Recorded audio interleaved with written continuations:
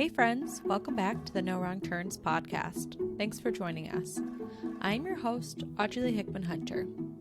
The No Wrong Turns podcast talks to people about their story and their passions.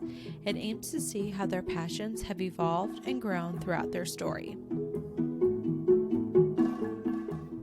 Hey friends, how have you been doing?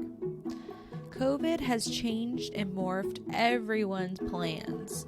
One example of this in my life, and some very exciting news for my family, is that my little brother and his now wife got married in a simple and small ceremony with hopes for a reception once we're able to gather in big groups this past week. It was so great, and I just want to give a big shout out and congratulations to the newlyweds, John and Gedge. Hey listener, I wanted to thank you so much for giving the No Wrong Turns pod a listen. Can you consider helping me out and leaving a rating and review on iTunes, Google Play, Spotify, YouTube, whatever platform you're listening to this podcast on? This really helps other people to be able to see the podcast when they're searching in the app. Thank you so much in advance. Listeners, welcome to our 19th episode. Today on the podcast, we have Sarah Anderson. I met Sarah some time ago after I started going to our church, City Church Chicago. In this episode, Sarah shares about how, through much apprehension, she developed a love for both travel and missions. Sarah also shares throughout the episode about how she grew in her love for baking and the power of what happens when you share a sweet treat with someone else. Throughout the chat, Sarah walks us through her story of moving all around from Florida to Wisconsin, back down to Florida, over to Guatemala, back to Florida, and ultimately how she ended up in Chicago. You are for sure going to want to lean in and not miss hearing about how Sarah grew in her passions for missions, baking, and travel. No matter if this is your story and you can relate to her or not, I believe that there is something in this episode for you. All right, here is my conversation with Sarah.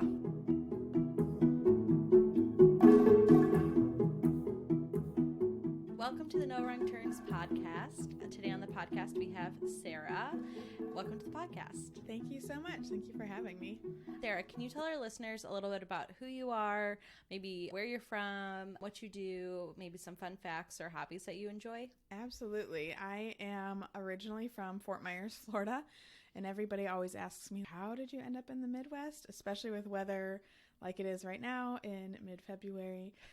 And my answer is always like, I have no idea, because this mid-February weather is terrible. But I love the city of Chicago. I've been here for about 4 years. So you're from Florida and you moved to Chicago. Do you have any hobbies or fun facts you want to share? I definitely love baking. Is a huge hobby of mine. To me, it is kind of that place where you go and nothing else, you don't hear anything else happening. It's always just calm and peaceful in there. And so when I'm baking, everybody's always telling me like there's flour flying around. Oh, wow. It's a very majestic experience apparently. But I just love it because it's kind of just my like pause in the day to be able to bake. So it's definitely a huge hobby for me. And when somebody bites into something delicious you made, it's like, yes, that's why I did it, because her face is always like, this is so delicious. And that's definitely a huge highlight for me. And then I would say the other thing that is just kind of a big part of who I am is my travel. I love nationally traveling. I love international travel. It's a really big part of what I love to do. Awesome. Do you prefer the cold or the warm weather? I prefer warm without the humidity, and that's not Florida. So specific warm. Yeah, specifically warm, like San Diego would be perfect. Awesome. So you said you're from Florida and you grew up there. Can you tell us a little bit about how you grew up, maybe a little bit about your family, and just a little bit about your growing up life in general? Absolutely. Part of my childhood was spent in northern Wisconsin, and I grew up in a very strict Christian home. That's how I was taught about Jesus from childhood. But kind of towards my teenage years, I really was like, I'm just not interested in this. This is too conservative for me. I'm a very passionate person. I love exploring. I love adventure. I love adrenaline rushes. And to me, the environment in which I grew up with in was not that at all. And so I just really had a hard time connecting with God because of that, and kind of walked away and from the church situation, from church life basically, and kind of just made my own decisions and lived a really rough teenage years. But then I met up with my aunt kind of randomly, who lives in Florida still, in my hometown, and she invited me to come back and stay with her. And I was like, I'm just working at Culver's. Like, I didn't have anything major keeping me in that small town in Wisconsin. How old were you at the time? 19. Okay. Yeah. And so I'm like, sure, I'll come check it out. And so I just, in my head, I'm like, oh man, I know she goes to church and she's going to bring me to church. I just have a feeling. But there was some nagging voice inside of me that was telling me, you need to go to your aunt's house in Florida. So I did it. And we get there. The first day we get there, she brings me to youth service. And I'm like, oh man, no, I don't want to, I don't want to be here. And a couple of weeks later, I actually ended up, God was just working in my heart the whole entire time and totally softened me. And I ended up giving my heart over to Jesus at her church in Florida. So I ended up staying in Fort Myers, which is my hometown, and went to Bible school. And it was somewhere in Bible school somewhere in that first year, I joined Bible school saying two things. The first thing was, I'm never leaving this country. And because I went to Canada once as a kid, and I'm never going back to Canada. So to me... Did you have like a bad experience there or something? Not really. The only bad experience was that I had a boyfriend. I think I was like 14, and I had like a little boyfriend. And I was upset that my parents would drag me to the middle of nowhere, Canada, on a fishing trip and take me away from my boyfriend. So that For was... what, like that a was week? Like 3 days. It was a really short amount of time. It was totally irrational. But at the time, it was the biggest deal ever. So I'm sure. I was upset, and that to me was what international travel was being upset. So I was like, I'm not leaving the country ever again, and I'm never speaking in front of people ever. Oh, wow. Mm-hmm. Yeah. And so fast forward, I get to Bible school, and they're all like, yeah, we're going on a mission trip to Ukraine. And I was like, oh yeah, I don't do that. I'm not leaving the country. And they're like, but you are. So 9 months after getting into Bible school, I find myself in front of 400 students on a stage talking about Jesus in Ukraine. So pretty quickly, that whole plan of never leaving the country and never being in front of crowds of people was undone and changed my whole entire world. It was at that point in Ukraine that I just felt so strongly that I had heard from God about getting into global missions. And really his words to me was, this is what I've called you for. And I've called you to bring churches to nations and connect the U.S. with what's going on around the world through the local church. And that wrecked me. From that point forward, I was gung-ho. That was just a pivotal moment in my life where everything changed. Everything I thought about changed. Everything that I was focused on, my goals, my actions, where I spent my money, everything changed from that point forward. So somewhere in all of that, I moved to Guatemala for 2 years and lived. Wait, can I pause you right there? So let's go back to Bible school. Okay. So how old were you when you started Bible school? 20? 19. 19. Mm-hmm. Okay. And then was it just a general Bible degree, or did you have an emphasis? It was theology and church leadership was what I had, what I graduated with. And then was that like a 2 or 4 year degree? 2 year. Okay. Yeah. So you were there for 2 years, and then you moved to Guatemala. Yes. And then can you tell us a little bit, because you kind of just jumped there, but I'm just curious, personally curious. I know that you just said that you had this big call from God, but can you walk us through how you got to Guatemala? Yeah, just a little insight. Yeah, I love that question. Unpacks a whole bunch. It was kind of a tough situation. The first year we went in my 2 years of Bible school, we went to Ukraine. The second year we went to Guatemala for a month, and I had majored in missions that second year. So I ended up staying past my team for several weeks just to kind of complete some requirements for majoring in missions, and really connected with the missionaries that were there. And I really felt strongly I needed to go there because they had been on the missions field for like 20 years at that time. And so I thought, they're so wise. I need to soak up everything I can from them. And I got to find a way to come back on a permanent basis. And so I went home. It took about 2 years of, I think like the first year was really just me not taking that seriously and me being afraid to walk into that. And so I just worked and saved my money and paid my car bill and served at the church, that kind of a thing. I just really didn't take it too seriously, but it kept getting heavier in my heart that you need to go. So I'm like, but I don't speak the language. I had all the buts. Like, why shouldn't I go? So finally it just came down to the wire. I had a meeting with my pastor, and he's like, when are you going to Guatemala? You said you were. When are you going? And I'm like, I'm going to go. Yeah, it got real. And I'm like, I'm going in September. And this was like maybe November, December of the previous year. And I'm like, I'll be there by September. So you gave yourself a year. I gave myself a little less than a year. And he was like, okay, I had some debt I had to pay off, support to raise, all sorts of things. And so I had no idea what I was doing. I had no idea how to get there. I just knew I was going to get there. And that kind of changed everything. It was really funny. He's like, how long are you going to go for? And in my mind, I was like, I just want to go for 6 months. When I talked to the missionaries, they're like, you can't even learn the language in 6 months. You won't be effective in ministry and really get the training that you're looking for. And I'm like, okay, so I'll go for a year. And they're like, I would really suggest that you do like a 2-year commitment, because you'll spend the first year just learning the language. The second year, you actually get to be more immersed in the culture. And I'm like, fine. Eyes rolled all the way in the back of my head. Fine, I'll go for 2 years. And I was so scared, but I committed for 2 years. I don't know how it happened, but I ended up leaving in September, the first week of September. I had lost my job in May. So I'm just trying to work and save and not have any bills. My parents were letting me live like low rent, like $200 a month or something, just so that I could save up my dollars and get to Guatemala. And I lost my job in May. The company that I was working for did a huge global reorganization, and then they let go of over 1,000 employees, and I was one of them. I'm like, oh my word, I'm trying to save to go, and I lose my only source of income. And I don't know what happened. I don't even remember the months between May and September. I just know that the Lord provided.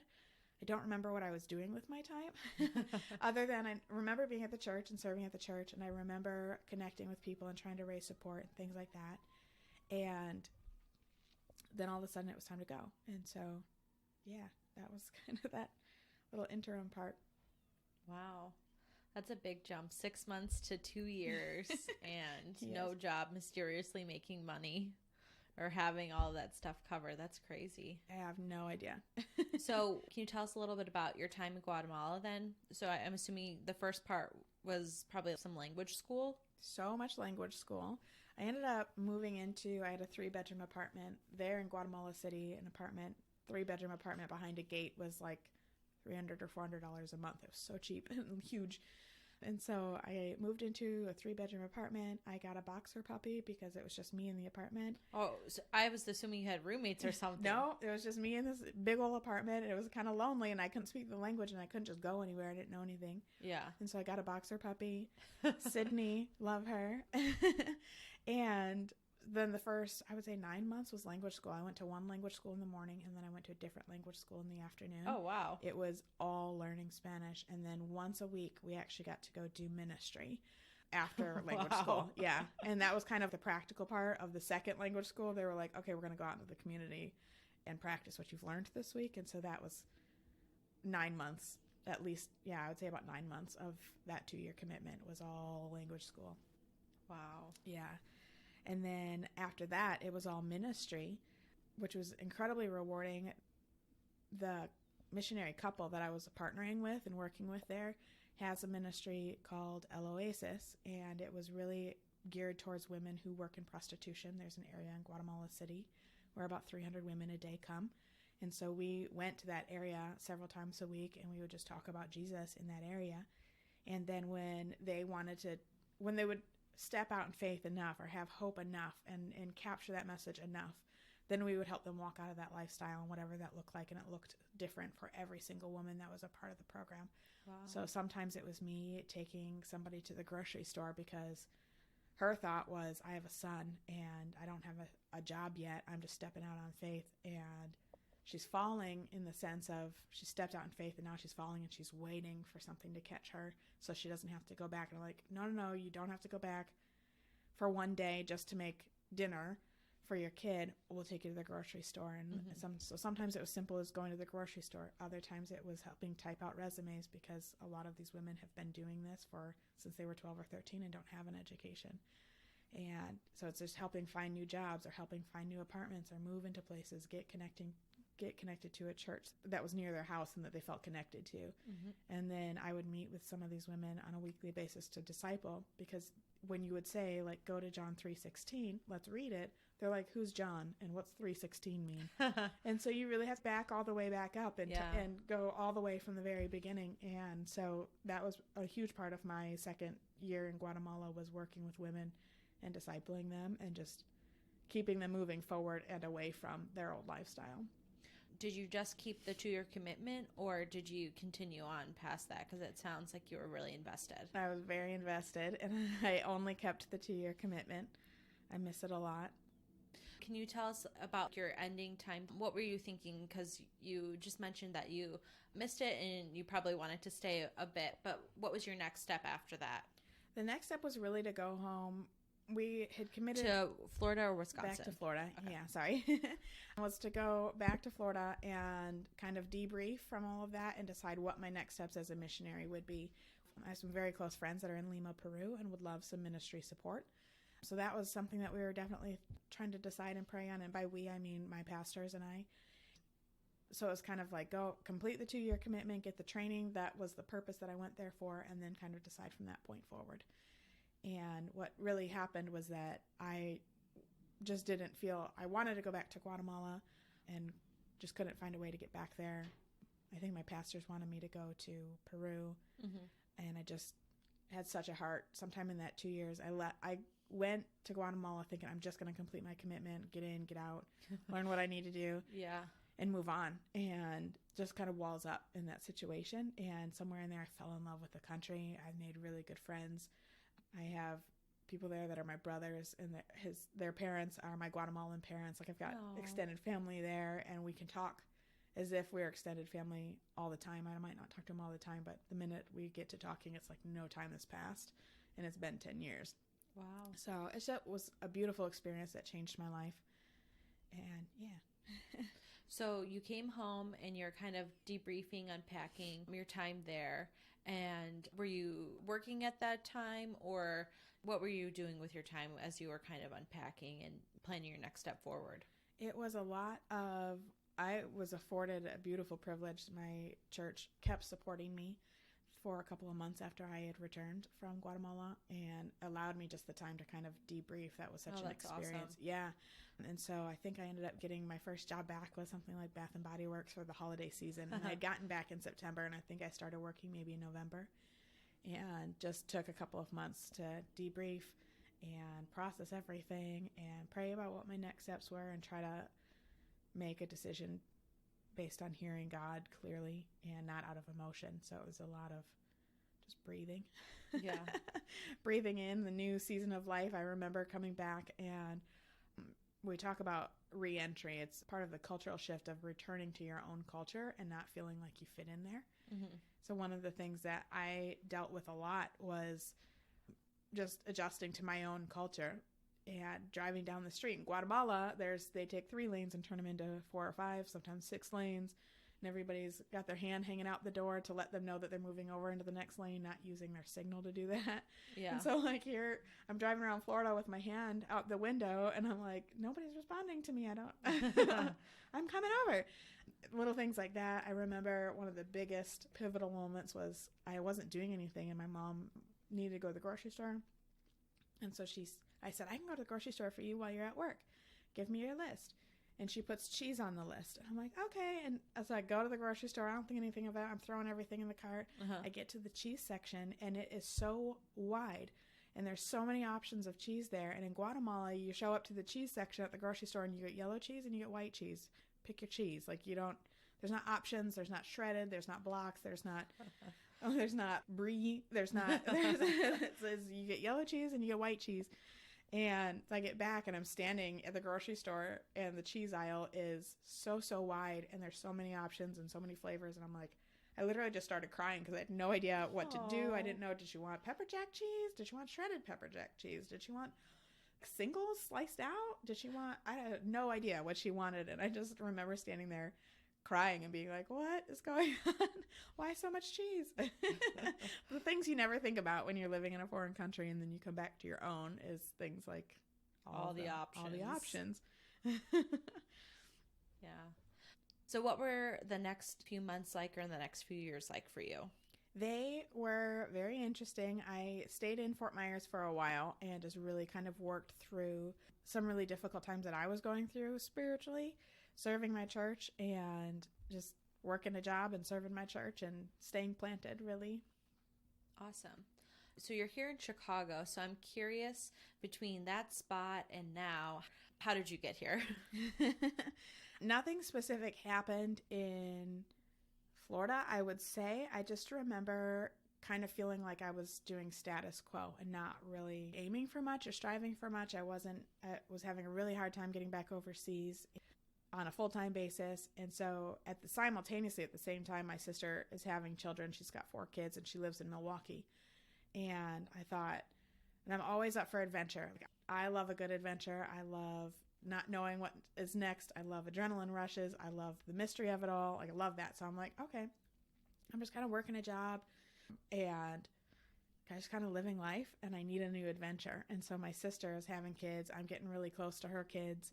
And I thought, let me go to Milwaukee. I'll move to Milwaukee. I can be near my sister's family. Yeah, says nobody ever. But me, apparently. So I ended up moving to Milwaukee. My company transferred me to a department at a newspaper there.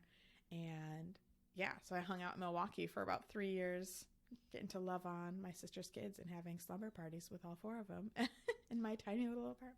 Wow, that's fun. That's awesome that you were able to transfer your job and it was amazing. Not to have to be kind of looking around and in a new place at the same time. Yeah, it was really great.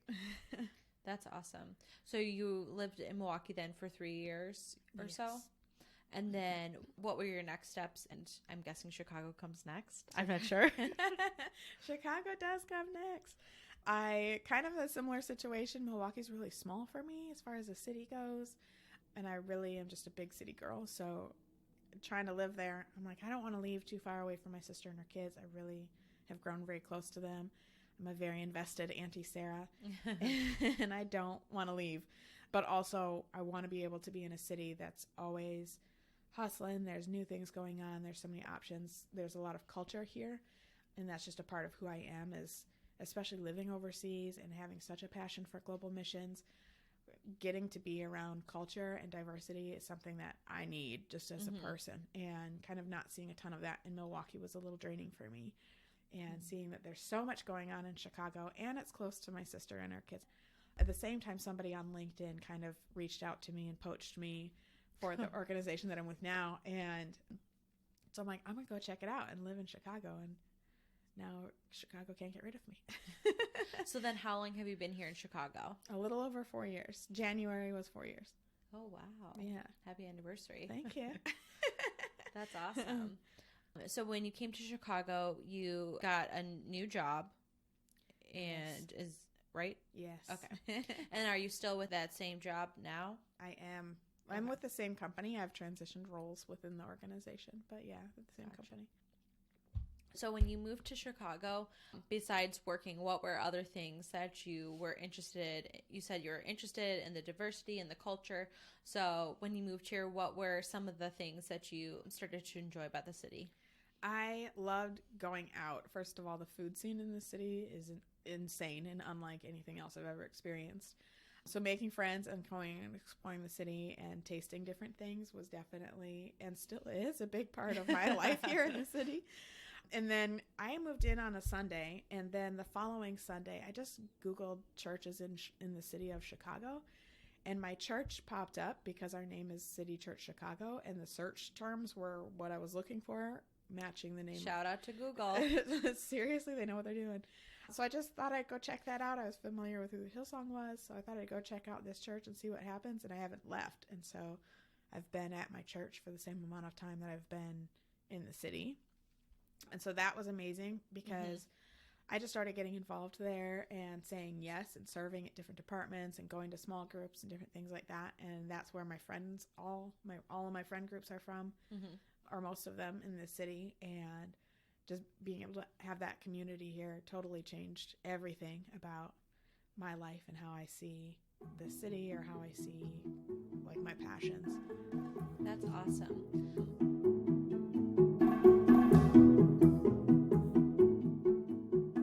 Hey listeners, this week we are back with Olive Branch Coaching and Consulting, run by Michelle Bernard as our sponsor.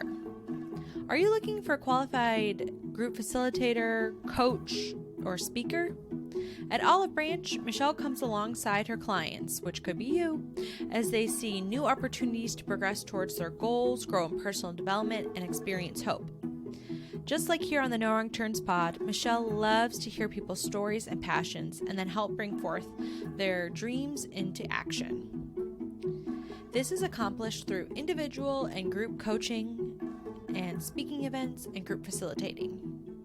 Olive Branch Coaching and Consulting is currently based out of Minneapolis, Minnesota, and the coaching sessions are done over video calls. Speaking events and group facilitating can be arranged for out-of-town events as well. You can follow Olive Branch Coaching and Consulting on Instagram at olivebranch_coaching. That is at OLIVEBRANCH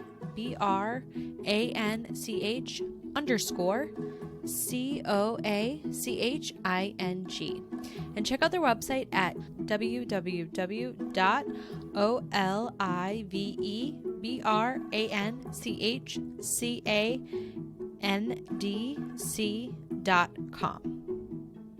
One thing that I really enjoyed reading as I was going through my social media scroll was a recent post from Olive Branch. And this post highlighted the elephant matriarch. Yes, stay with me. That's elephants we're talking about. And Olive Branch highlighted that the elephant matriarch had many strengths. And then I went on to list out some great self-reflective questions about how or how not you are seeing and using your strength. One of the questions that was asked that I loved was, what are some fears and limiting beliefs that are holding you back from using your strength? This is a great question to begin to process what I think about in the area of my strengths. Olive Branch Coaching Consulting is offering a special discount for you listeners. Email Michelle at olivebranchcnc.com with the subject line No Wrong Turns Pod listener for a 10% off 5-session coaching package for one individual. And this offer is valid through December 1st, 2020. Thanks for sponsoring the pod. All right, back to Sarah's story.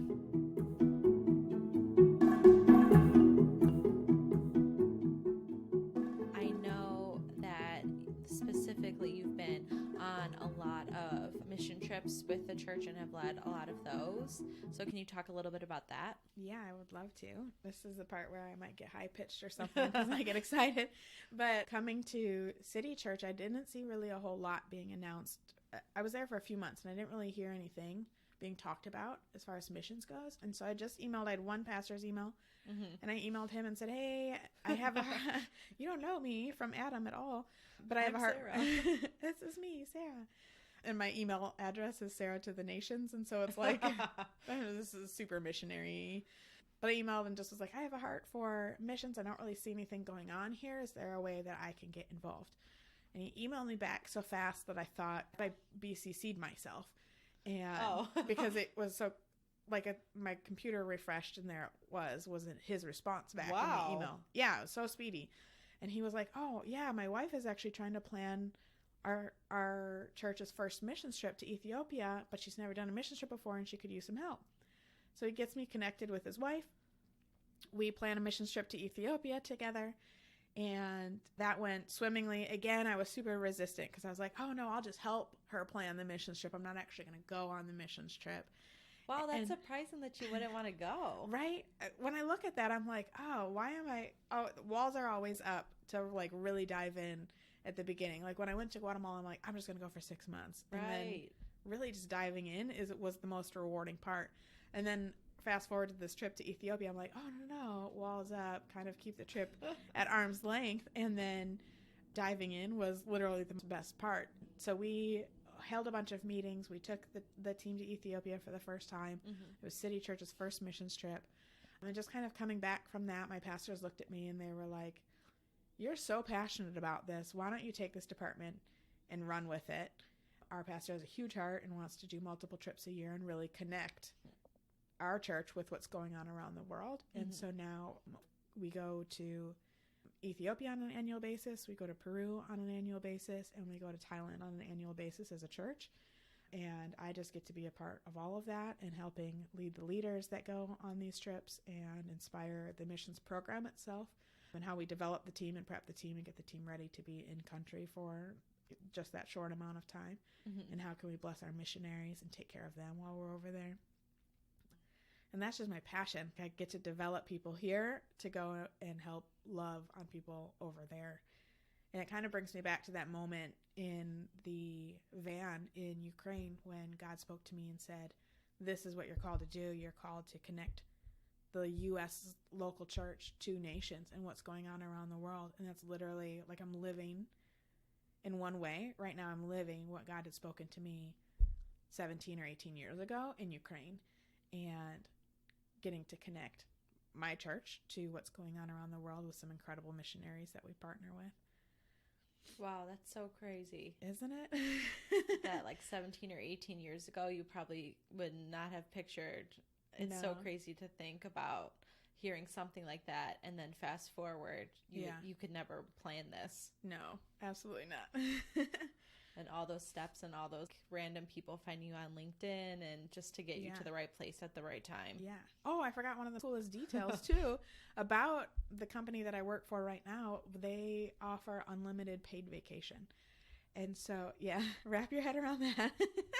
I've heard about this, but then I've heard it's been really, when people offer that, it's really hard to get. Like, they don't want to give it to you. Yeah.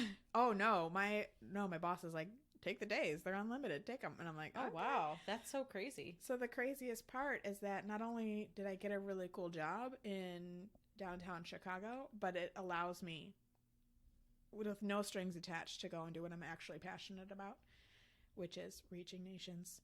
Wow, that's awesome. Excuse me. So then you don't go on all three trips, or do you? Not anymore. The first few years, it was a couple of missions trips a year for me, which was really difficult, really trying to be a good employee at my job. And just emotionally, when you go and you put yourself in those environments in other countries, you really connect with the people of that country and the ministries that are going on there. And God just does so much. He wants to speak so loudly through you stepping out of your normal environment and just being so surrendered to that process. And so it's like recovering from those trips is that takes time, because your whole world has changed. You're not the same person anymore. Yeah. So I was down to 2 trips, and now I'm down to about a trip a year. Awesome. So you've gotten to travel to a lot of different countries on mission trips, but have you ever just traveled anywhere just for fun? Or when you've been on your mission trips, have you been able to stop over and see like different places? Mission trips, that's a quick and short answer, is no. They're always really focused, and I like going with the team and I like coming back with the team, so I would just stay focused on the actual trip itself. But I had kind of realized after a couple of years of doing multiple missions trips in a year, I don't even know my own country. Like, I've been to Florida and I've been to the Midwest, and that's kind of it. And so I made a list of all the places in the U.S. that I would want to go. Just for funsies and explore my own country, because I'm off always in other countries, but I've never actually seen my own that much. And so last year actually was the craziest travel year for me. I had been to California, I went to Denver, I went to like 4 different places. I was in Puerto Rico. I took a 5-day cruise with my mom and sister and went to the Southern Caribbean. So we were like St. Lucia, like way, way south. That was amazing. I did a bunch of exploring in late 2018, 2019. Wow, that's for fun. Myself. Yeah, it was amazing. Is there anywhere that's on I guess I don't want to limit you to one spot, because usually people can't think of just one, but do you have maybe like a top 3 on your bucket list of places that you're like, oh, I'm really interested in going here? Yes, I would say I really want to see Portugal. Okay. For a vacation. I would love to see Santorini, Greece for vacation. And I would probably want to go. I've been to Thailand a handful of times, and all for missions. I would love to go see Thailand just for vacation and do the touristy type of thing. I'm curious about when you said Portugal, because usually that's not high on people's travel list. Do you have a reason for wanting to go there? It's so beautiful, and it's an underrated vacation. I was reading some blogs, and they were all like, everybody likes going to Spain, or everybody likes going to their neighboring countries. But when you look at Portugal, it has all sorts of different things. There's different wineries and different cultures, and there's different food aspects that are there. there's cliffs on the side of the mountain, but then there's also mountains. And it's just a very diverse country. And I thought, wow, that'd be so much fun because I don't know anybody that's gone to Portugal. Yeah, I only know a few people. Yeah. Whereas a lot of people have gone to Spain. Yep. And I was just like, oh, yeah, let me find the underdog of the country. I've heard another underdog is kind of Croatia, but people are starting to get awake to Croatia, unfortunately. Yeah, I heard the same thing. I actually know a couple of people that have traveled last year to Croatia. I'm like, fun. Oh, man, it's on trend. Yeah. Unfortunately, but fortunately. Yes. So you have a passion for missions and a passion for travel. And in the beginning, you talked a little bit about your passion for baking. Yes. How did that start for you, besides just baking for yourself? But how did that evolve into kind of this side business for you? That was, well, going back to the very beginning, that I didn't know that I could bake at all. Oh, wow. No, yeah, it was crazy. And I was living in Guatemala and working with a friend at a children's feeding center. And she would always go and buy the box cakes and make cake for the kids and celebrate every month. She would celebrate that month's birthdays at the feeding center. And watching the kids eat and just experience so much joy was like, man, I want to do that too. And so I started buying boxed cakes. Don't tell anybody. And just bringing them all over the place, and then just watching people be joyful about it. And that's why I love baking so much, is I love people when they bite into my cupcake and their face is just like, oh my gosh, this is the most delicious thing ever. That to me is so rewarding. And so it turned into a thing after I'd moved back from Guatemala and was living in Florida. I kept talking about it. And my friend at the time, she was like, you need to go and get lessons. And so for Christmas, she got me cake decorating lessons at Joann Fabrics. And so I did 2 or 3 rounds of cake decorating classes, and I loved it. I'm not normally a tedious person, and I don't like some of that fine detail. But when it comes to baking or making flowers or being creative, and I'm not even that necessarily a creative person, but when it comes to baking and putting creativity into a cake, I'm artist Sarah. I don't even know where I come from, because I'm like, this is the greatest thing, and I get so much joy out of it. And yeah, it was fun. And then as soon as I realized I was actually really good at it and I can make some flowers for sure after a little bit of practice, and I felt really proud of that. I'm like, this is kind of my niche. It was so natural. So I started just baking for events, and everybody would be biting. My friends would just be eating my creations and loving it. And finally it kind of morphed into people were paying me and asking to pay for baked goods. So, of course, I'm not turning that down. Why would you? No, right? Yes, of course you can pay me. And so I put it on hiatus when I moved to Chicago. And just at the beginning of this year, I'm like, you know what? I miss that. I miss baking for fun. And because it's not necessarily a job, but getting paid for it is fun as well. So, yeah. I miss both of those dynamics. Let me start this up again. So I did. That's awesome. Yeah. I saw on your Instagram some really cool different creations that you've done. Yeah, they're a lot of fun. I always giggle at some of the different requests that I get, because we were talking about this earlier, I had my coworker ask me for a One Direction cake for her niece is turning 9 or 10. And in my head, I was like, One Direction? That's interesting. Like, they're kind of like old news. Yeah. I hope they don't hear that. But I'm like, man, One Direction's kind of faded. But it was what they wanted. And these girls love One Direction. And it was what they wanted. It was just really funny. So I have a cake that I'm baking tonight. And that's a little bit different style than I've ever done before. And I'm really excited to go home and bake and decorate, because it's just so different and unique. Another cake was my nephew and his cousin were having a combined birthday party, and she's a girl into Barbies and he's a boy into trains. And so one of the odd requests was, how can you combine their 2 birthday themes into one cake? And so I just did, like, the top part was a princess and she was walking down the trail, and the trail kind of turned into a train track where Thomas was at the bottom of the cake. And it just was like this whole elaborate situation where it combined 2 very opposite themes into one cake. It was really cool. It was unique. Wow, that's really letting like your creativity go crazy. It did. That's really fun. Yeah. So I want to pivot a little bit and ask you, I mean, maybe it's applicable to baking, but I think probably more so missions, specifically if there, and travel, I guess you could say, if there's any myths that you've heard about missions or travel or baking, and you've heard it time and time again, but from your experience, you kind of sit back and you're like, I don't think that's so true.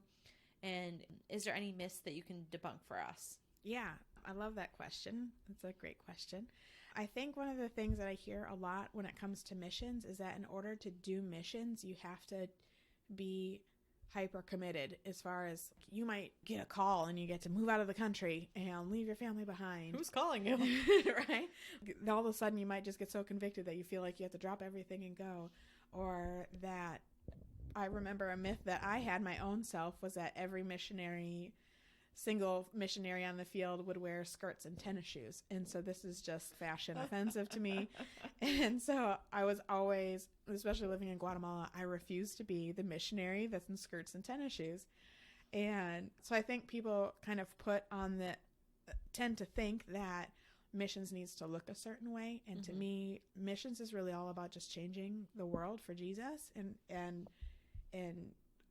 that, to me, the myth there that I think that we can undo today is that missions can look like a bunch of different things. A lot of times missions means you're not going over the field, but you might be sponsoring somebody else to do it. Or you might meet a missionary and understand and be inspired by their ministry and what they're doing and the work that they're doing over there and want to partner with them in some way. Serving in missions might be able to be a missionary's admin support here in the U.S. because mailing is very expensive internationally, and they might need you to print some stuff and mail some stuff and stamp some stuff. And that is serving missions. And so missions, to me, I think, doesn't have to look a certain way. It's really, what can we do to change the world, and what gifts and talents do I have, and what sacrifice am I willing to offer, and offer that. And to me, that's what missions is. Are we changing the world for Jesus? Yes. Okay, that's actually going out. That's what the Bible says, to go into nations and preach the gospel and heal the sick. And so when you're participating and you're supporting, whether it looks like you're going, whether it looks like you're moving there, or whether it looks like you're going to be more of a financial support, to me, it's all making the world go round. It's all making missions happen, no matter what that looks like. That's awesome. What do you think the most common reason for people to fail or give up their passion of missions would be? I think what would cause most people to give up in missions would... Maybe fail is a bit harsh. That too. But maybe to give up would be the sacrifice. It can be really overwhelming when you think of, if you are thinking about doing something a little bit more permanent, or even going on a short-term trip, it requires a little bit of yourself and all of that in it. I've never been on a missions trip or lived in a country and come back and been the same Sarah that left, even in 10 days. God just does so much and changes your perspective. And I think sometimes that can be fearful. Because when you talk to me, like if you talk to me about it, or anybody that's been on a mission trip, they're like, God changed my life. I'm not even the same person anymore. And you're like, well, I like the person I am. Why would I change? Right. And so I think a lot of times fear would maybe hold people back from just the unknown, or what that would look like, or the sacrifice that kind of comes along with that. And I also think people get really caught up in the financial aspect, especially with developing teams and helping teams go global. That's one of the biggest questions I have. Wait, this trip is going to be $3,000? Yeah, but it's going to be easy. I promise you. I know that the Lord, when he calls you to something, he's going to take care of it. He's going to bless it. You're going to work like it's your job, and he's going to show up like it's his, and it'll be just fine. But I think that's a huge hindrance that I see with people really reaching out and wanting to move forward and getting involved, is the financial aspect. And when you just know that you're supposed to be there doing this, that's not even a thing that I think about when I'm getting ready for a missions trip, and try to encourage the people going on my teams. Don't think about this, because the Lord is going to show up. We're going to work hard, but the Lord is going to show up, and he's going to show off, and he's going to be faithful, and it's going to be amazing. Well, that's awesome. Thank you for sharing that with us. I want to kind of pivot a little bit again as well, and ask if somebody is listening and they're like, wow, this story about missions and passion for travel and even baking, this sounds really interesting to me. What would you tell somebody listening who this has kind of piqued their interest and they're saying, I want to learn more about this. I want to possibly take a step further in this direction? I would definitely say with the missions dynamic, I would say get even more involved with your local church and email a pastor. Do what I did and email a pastor and be like, hey, I want to be on a missions trip, and see what happens. Because surely if something's not going on, they are probably thinking about how to make it go on. Mm-hmm. So I would just say get connected in your community and reach out. And I think other ways too is be like volunteering in your own city and looking for ways to serve your city. But if you want to take it global, then definitely ask and keep asking questions and keep knocking on doors until you find the right fit as far as going internationally. Mm-hmm.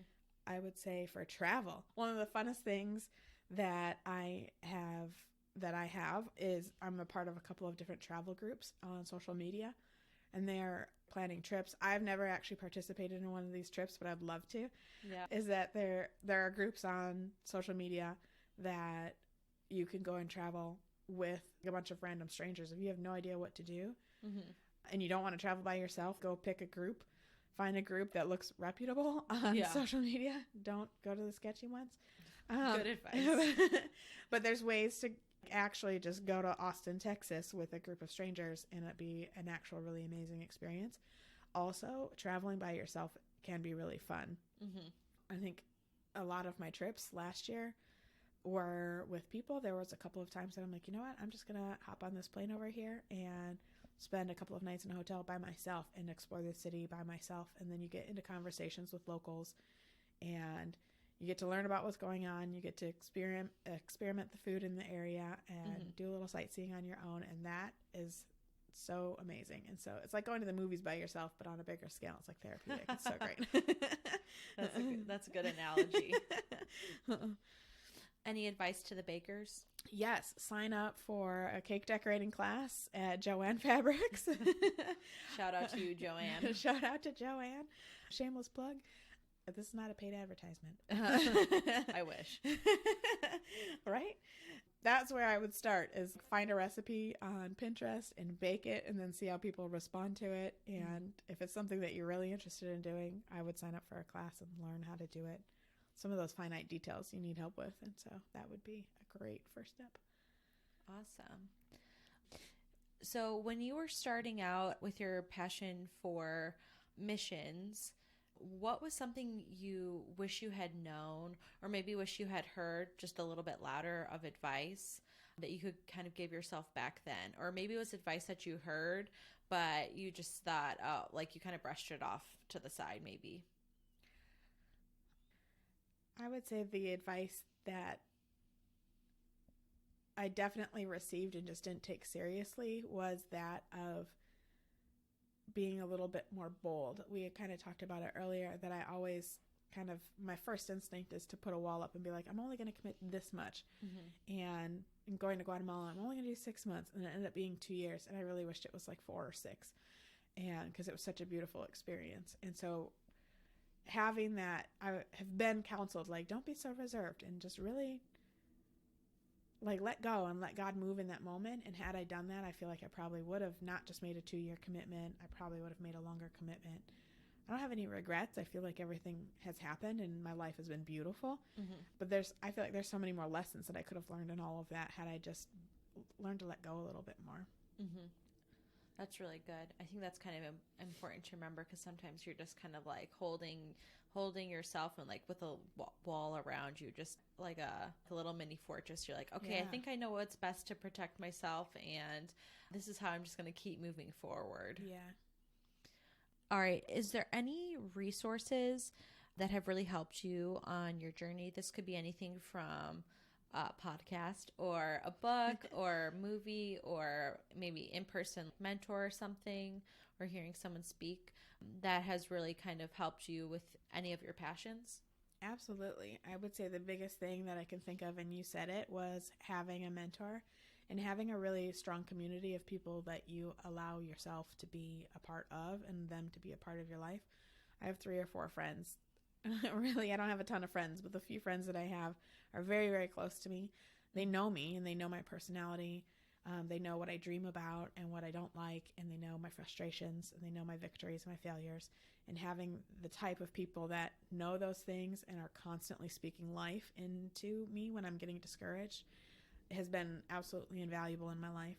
And then I definitely have a couple of people that mentor me. I have somebody that's mentoring me on a spiritual level. I have a professional mentor at my office. And then I have a missionary, one of my missionaries. I asked her, she's just such an incredible woman of God that I just want to be like her so bad. Yeah. I'm like, can you please mentor me to be like you? And so just inviting people in your life that are further down the road than you absolutely helps shape your steps and where you're headed and your success. Awesome. All right. I have one final question that I ask all the podcast guests. And this is, what is fueling you? What's fueling your passion today? And this could be anything from a new coffee drink, maybe a new baking recipe, or a new country you saw that you want to travel to. What's fueling you today? A few things I would say. I would definitely say when it comes to baking, what's fueling me is just the excitement of people's experiences. And I feel like I'm a new baker in the Chicago scene out of all of them out here. And just kind of finding ways. It's fun for me to kind of unpack how to be successful in anything that I've put my mind to. So it's like, oh, what networking event could I go to and push out my card? Or what can I do that's creative or different? Mm-hmm. And it's kind of pushing me, and I like that. It's a little personal development process, but I love it.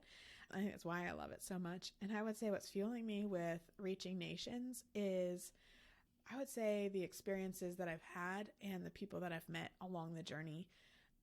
There's a little girl's face in Thailand at a school that we went to. I'll never forget her face, and I'll never forget her story, and just how much she needed love, and she just wanted to be hugged and loved on and played with and felt valuable and important. And it's those little tiny moments that I've experienced that are like, I just want to have more of those moments, and I want to help other people have those moments.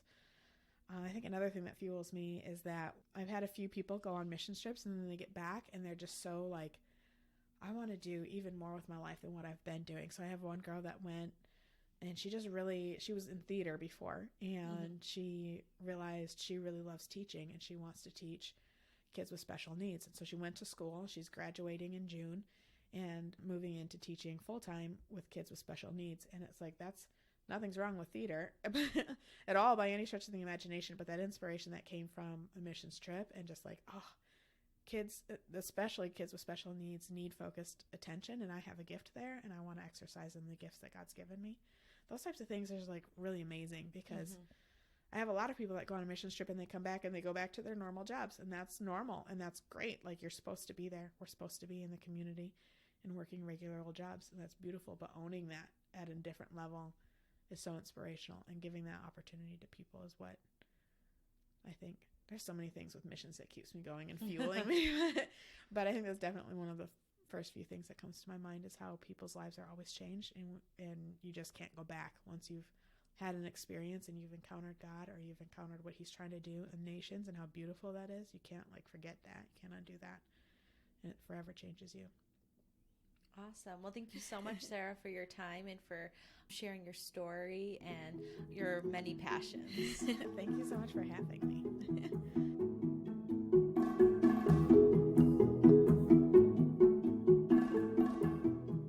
Friends, I loved our conversation with Sarah. It was so great to hear Sarah's story about how she pursued her passions for missions, baking, and travel. One of my favorite takeaways is when I heard Sarah's story about how she kept going even though she was very apprehensive about committing to moving to Guatemala. It was awesome to hear about the people that she surrounded herself with that not only listened to her desire to want to move to Guatemala, but then also kept her accountable and walked with her through her journey.